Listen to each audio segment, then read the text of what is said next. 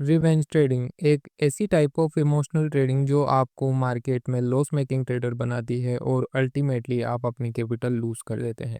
आज की वीडियो में हम बात करेंगे कि रिवेंज ट्रेडिंग क्या होती है, रिवेंज ट्रेडिंग एक ट्रेडर क्यों करता है और रिवेंज ट्रेडिंग को हम किस तरह से कम कर सकते हैं या इसे एलिमिनेट कर सकते हैं। वीडियो शुरू करने से पहले अगर आपने अभी तक ये चैनल सब्सक्राइब नहीं किया है तो चैनल सब्सक्राइब ज़रूर करें ताकि आप आगे आने वाली वीडियोस को बिना किसी देरी के देख सकें। तो वीडियो शुरू करते हैं। सबसे पहले बात करेंगे कि रिवेंज ट्रेडिंग क्या होती है। रिवेंज ट्रेडिंग एक ऐसी टाइप ऑफ इमोशनल ट्रेडिंग होती है जिसमें आप रिवेंज के इमोशन के साथ ट्रेड करते हैं। आप इस इमोशन के साथ ट्रेड करते हैं कि मुझे अब जो मेरा लॉस हुआ वो मुझे रिकवर करना है। मुझे कोई फ़र्क नहीं पड़ता कि मेरी स्ट्रैटेजी क्या है, मेरा ट्रेडिंग प्लान क्या है, मेरे रिस्क मैनेजमेंट और मनी मैनेजमेंट क्या है। आप अब इन सब चीज़ों को साइड में रखकर आप इमोशनली ट्रेड करते हैं और जो लॉस आपने किया उसे रिकवर करने की कोशिश करते हैं, जो अल्टीमेटली आपका लॉस और ज़्यादा बढ़ा देता है, आपका लॉस रिकवर नहीं करता है। आप सोचते हैं कि आप प्रॉफ़िट कमा लेंगे बट आप अल्टीमेटली लॉसेस में बाहर निकलते हैं। मतलब जब आप रिवेंज ट्रेडिंग कर रहे होते हैं तो आप एक ट्रेडर ना होकर एक गैम्बलर होते हैं। आप उस टाइम पर अपने सभी तरह के रूल्स को भूल जाते हैं। आप सभी तरह के स्ट्रेटजीज़ को और रिस्क मैनेजमेंट, मनी मैनेजमेंट को साइड में रख देते हैं और प्योरली इमोशन के बेसिस पर ट्रेड करते हैं। सो आई होप आप समझ चुके होंगे कि रिवेंज ट्रेडिंग क्या होती है। अब हम बात करते हैं कि रिवेंज ट्रेडिंग क्यों एक ट्रेडर करता है या ऐसी क्या नौबत आ जाती है कि एक ट्रेडर को जाने अनजाने में रिवेंज ट्रेडिंग करनी पड़ती है। तो रिवेंज ट्रेडिंग एक ट्रेडर जब करता है जब उसे इमोशनली हिट होता है। जैसे अगर हम पॉइंट वाइज बात करें तो सबसे पहला पॉइंट है इमोशनल पेन या ईगो। तो होता क्या है जब भी कोई ट्रेडर ट्रेड करते हैं और उनका लॉस हो जाता है तो उनके माइंड में ये फीलिंग ना आकर कि शायद मेरी गलती है या मेरा एनालिसिस गलत है, ये फीलिंग आ जाती है कि मार्केट ने मेरा लॉस कैसे किया, मार्केट मेरा लॉस नहीं कर सकता या मेरी स्ट्रेटजी में लॉस नहीं हो सकता।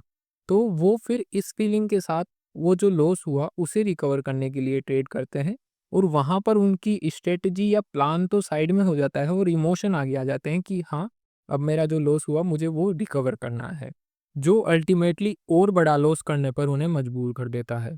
अगर सेकंड पॉइंट की मैं बात करूँ तो वो है अर्ज टू इमीडिएट रिकवरी, जिसकी मैंने अभी बात की कि उन्हें अपना लॉस इमीडिएटली रिकवर करना होता है। वो इस फीलिंग के साथ ट्रेड कर रहे होते हैं। उन्हें इस बात पर ध्यान देना इम्पोर्टेंट नहीं लगता है कि शायद जो मेरा लॉस हुआ वो मेरे एनालिसिस की वजह से हुआ या प्रोबेबिलिटी की वजह से हुआ। उन्हें ये लगता है कि मेरा लॉस तो होना ही नहीं चाहिए था, मेरा लॉस कैसे हो गया?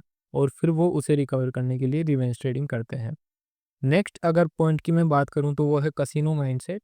मतलब जब कोई ट्रेडर बिना किसी रूल को फॉलो किए, बिना किसी स्ट्रेटजी, बिना किसी रिस्क मैनेजमेंट, मनी मैनेजमेंट को फॉलो किए हुए ट्रेड करता है, तो वो फिर एक ट्रेडर ना होकर वो एक गैम्बलर होता है। वो गैम्बलिंग की तरह ट्रेडिंग को लेता है और जिस तरह से कसिनो में हम पोकर या बाकी गेम्स खेलते हैं, उस तरह से वो ट्रेडिंग को खेलने लगता है और अल्टीमेटली ये उसे लॉस करने पर मजबूर कर देता है। वो जाने अनजाने में अपनी गैम्बलिंग को ट्रेडिंग के नाम पर करता रहता है, जो अल्टीमेटली उसकी कैपिटल ख़त्म कर देते हैं, उसके लॉसेस कर देते हैं और वो फिर उन लॉसेस को रिकवर करने के लिए फिर से ट्रेड करने लगता है। वही माइंडसेट के साथ कि मेरा लॉस नहीं होना चाहिए था, अब मेरा लॉस हो गया तो मैं इसे रिकवर करके रहूँगा, उसी के बाद मैं अपनी ट्रेडिंग बंद करूँगा। लास्ट पॉइंट की अगर मैं बात करूँ तो वो है फ़ियर ऑफ मिसिंग आउट या फोमो। इसमें जनरली होता ये है कि या तो ट्रेडर अपनी कोई अपॉर्चुनिटी मिस कर देता है, उसे ट्रेड करने के लिए फोमो होता है, या फिर ट्रेडर दूसरे ट्रेडर्स को देखकर फोमो में आ जाते हैं कि बाकी ट्रेडर्स प्रॉफिट कमा रहे हैं, मार्केट ऊपर जा रहा है और मैं प्रॉफिट नहीं कमा रहा हूँ। तो उस सेटिस्फेक्शन को पाने के लिए कि मैं भी प्रॉफिट कमा रहा हूँ, ज़बरदस्ती एक ट्रेडर ट्रेड करने लगता है, जो कहीं न कहीं उनके रिवेंज वाली इमोशन को शो करता है कि बाकी लोग प्रॉफिट कमा रहे हैं, मैं कैसे नहीं कमा रहा हूँ, मैं भी प्रॉफिट कमाऊँगा। और वो फिर इस फीलिंग के साथ ट्रेड करने लगते हैं, जो अल्टीमेटली उन्हें लॉसेस की ओर लेकर जाते हैं। बेसिकली अगर हम देखें तो रिवेंज ट्रेडिंग का जो बेसिक इमोशन है वो यही है कि आप अपनी ट्रेड्स इमोशंस के बेसिस पर करते हैं, अपने लॉस को रिकवर करने के लिए करते हैं, ना कि किसी प्लान या स्ट्रेटजी के बेसिस पर ट्रेड करते हैं। प्योरली आप इमोशन के बेसिस पर चलते हैं, जो अल्टीमेटली आपकी कैपिटल को ख़त्म करता है और आपके लॉसेस को बढ़ाता जाता है।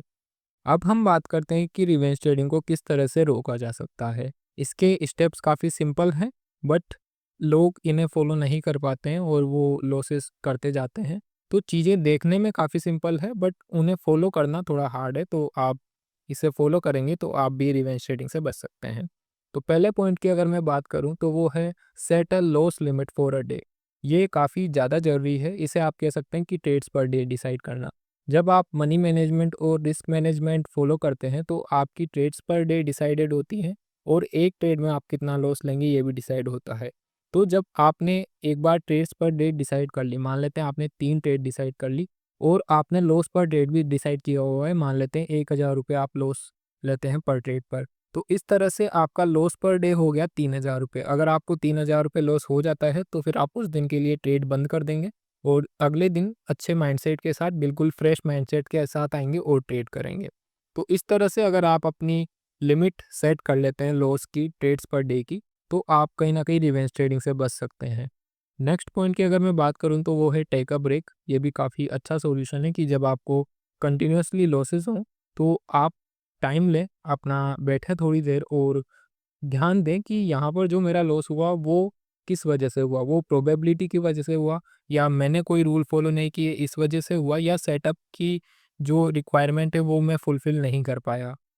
तो अगर बैठकर आप इन चीज़ों को एनालाइज करेंगे तो आप इमोशंस से दूर होकर रैशनली अपने डिसीजंस ले पाएंगे और आपने जो गलतियां की उन्हें सुधार पाएंगे। थर्ड पॉइंट की अगर मैं बात करूं तो वो है जनरल एवरी लॉस।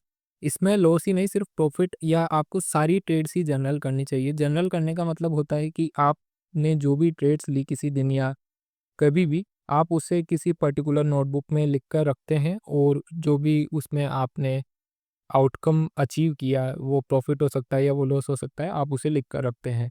इसमें आप अपनी डेट मेंशन करते हैं, किस टाइम पर आपने बाय किया, किस प्राइस पॉइंट पर बाय किया, आपका स्टॉप लॉस क्या था, आपका उस ट्रेड में रिस्क कितना था, ये सभी लिख कर रखते हैं और फिर जब आप बाद में उन्हें जाकर देखते हैं, तो वहाँ से आपको अपनी गलतियाँ रियलाइज़ होती हैं। आपको इम्प्रूवमेंट रियलाइज़ होते हैं कि कहाँ ऐसे स्पेस हैं, जहाँ पर मैं इम्प्रूवमेंट कर सकता हूँ, जो अल्टीमेटली आपके लॉसेस को कम करते हैं और आपको एक प्रॉफिटेबल ट्रेडर बनने की ओर बढ़ाते हैं। नेक्स्ट अगर पॉइंट की मैं बात करूं या नेक्स्ट सॉल्यूशन की मैं बात करूं तो वो है follow a strict trading plan. ये काफ़ी ज़्यादा ज़रूरी है, चाहे आप एक बिगिनर ट्रेडर हों या आप एक एक्सपीरियंस ट्रेडर हों।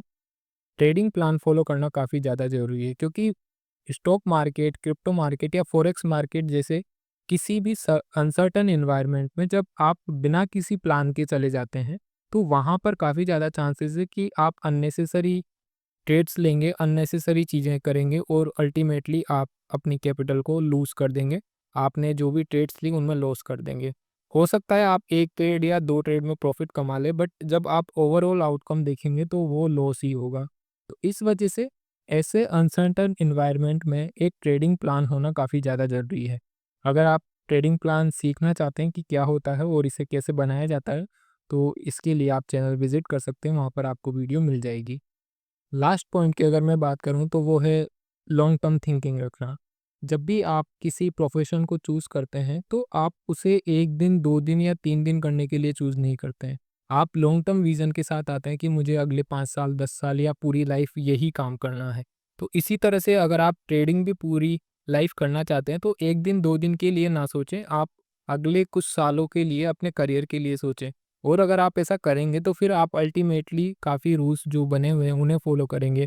आपको जो management, money management, risk management follow करना चाहिए, आप उसे फ़ॉलो करेंगे और आप कहीं न कहीं पॉज़िटिवली चीज़ें करेंगे जो आपकी ट्रेडिंग जर्नी को बेटर बनाएँ और आपको अल्टीमेटली एक प्रॉफ़िटेबल ट्रेडर बनने में हेल्प करेंगे। तो दीज़ आर द सॉल्यूशन कि आप किस तरह से रिवेंज ट्रेडिंग को कम कर सकते हैं, रिवेंज ट्रेडिंग को ख़त्म कर सकते हैं। So this is the video on revenge trading. मुझे कमेंट करके ज़रूर बताएं कि आपको ये वीडियो कैसी लगी। अगर आपको इस पीपीटी की पीडीएफ चाहिए तो आप मुझे कमेंट करके बता सकते हैं, मैं आपको वो प्रोवाइड करवा दूंगा। अगर आप फ्री डीमैट अकाउंट ओपन करना चाहते हैं तो मैंने वीडियो के डिस्क्रिप्शन में एंजल वन और फायर्स का लिंक दिया हुआ है, आप उसके थ्रू अपना फ्री डीमैट अकाउंट ओपन कर सकते हैं। थैंक यू सो मच कि आपने ये वीडियो देखी and thank you so much कि आपने अपना वैल्यूएबल टाइम मुझे दिया।